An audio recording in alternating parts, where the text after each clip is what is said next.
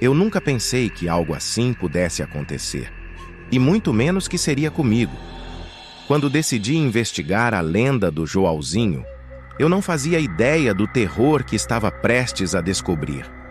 Antes de contar o que aconteceu, é importante dizer que essa história, que vocês conhecem como uma lenda urbana, é muito mais do que apenas um conto para assustar crianças.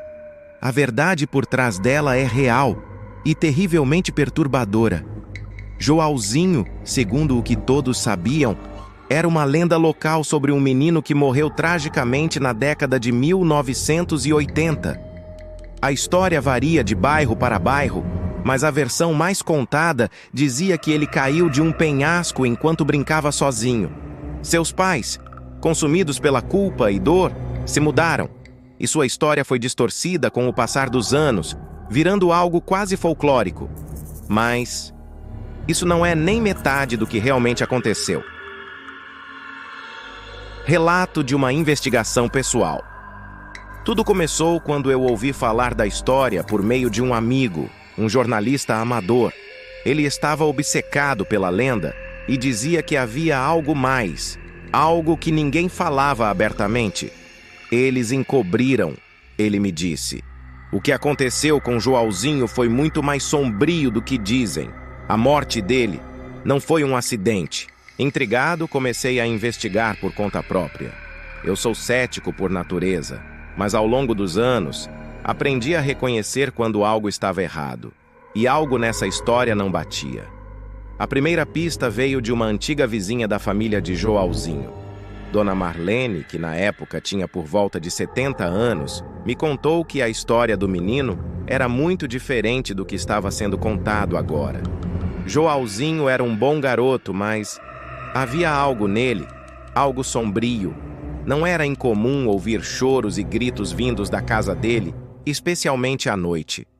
Os pais dele nunca falavam sobre isso, mas o garoto era atormentado por alguma coisa que eles não conseguiam entender. Eu senti um frio correr pela minha espinha enquanto ela contava isso. E a verdade sobre sua morte? Ele não caiu de nenhum penhasco, não. Ele foi encontrado dentro da própria casa, trancado no quarto, com arranhões por todo o corpo. Não havia explicação para o que aconteceu. A polícia local na época fez o possível para encobrir o caso, e a família se mudou logo depois. Foi aí que as histórias começaram a circular, tentando acalmar as pessoas. Depois de ouvir isso, comecei a perceber que a lenda urbana era um mero disfarce para encobrir algo muito mais sinistro. A morte de Joãozinho parecia estar envolta em algo que ninguém queria explicar. O primeiro encontro com o inexplicável. Logo após essa conversa, decidi visitar a casa onde Joãozinho havia morado. Ela estava abandonada há anos, uma velha construção de madeira desgastada. Ao chegar, senti imediatamente uma presença opressiva, como se algo estivesse me observando. Mas o pior veio quando entrei. Assim que coloquei os pés na sala de estar, senti o ar ficar pesado. Era difícil respirar.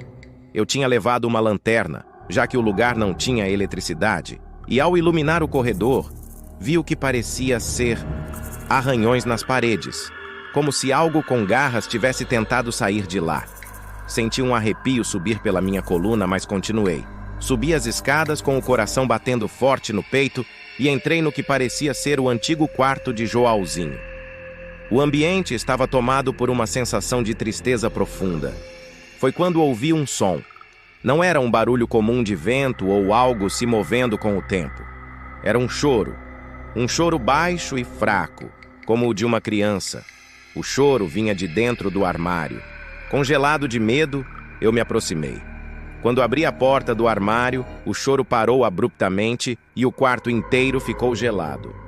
Eu sabia que não estava sozinho ali. Uma sombra passou rapidamente pela minha visão periférica, mas quando me virei não havia nada. Decidi sair da casa naquele momento. Algo estava profundamente errado, e eu não queria estar ali para descobrir o que era. Relatos de testemunhas. Depois dessa experiência, comecei a buscar outras pessoas que pudessem saber mais sobre a verdadeira história.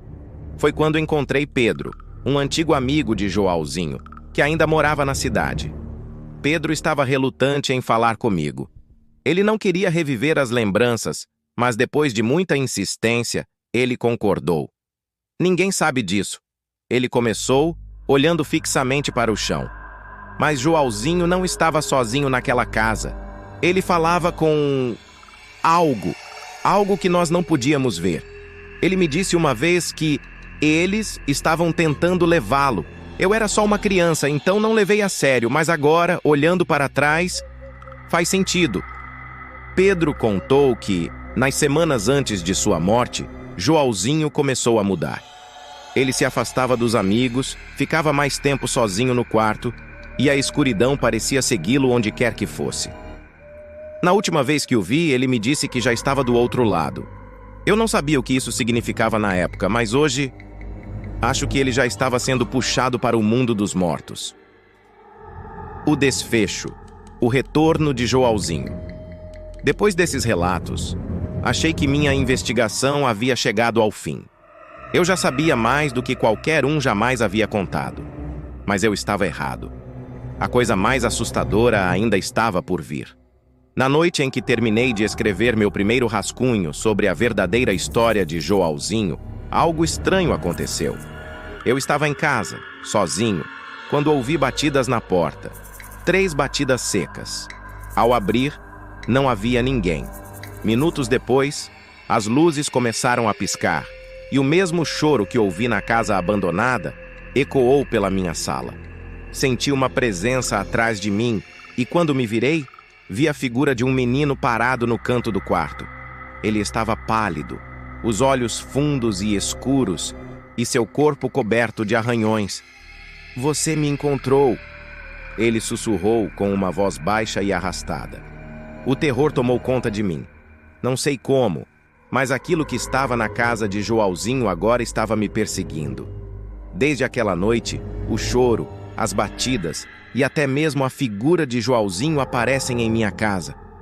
Não importa onde eu vá, parece que ele está sempre lá, observando, esperando. A verdade é que a lenda do Joãozinho é real, e o que quer que tenha acontecido com ele não acabou com sua morte. Ele voltou e está caçando aqueles que ousam descobrir a verdade. Então, se você ouvir 3 batidas à noite, não abra a porta. Essa é a verdadeira história de Joãozinho. Não uma simples lenda urbana, mas um relato de vingança e terror que ninguém jamais quis contar até agora. Não se esqueça de se inscrever no canal e deixe seu like. Ative o sininho para receber as notificações dos novos vídeos. Obrigado!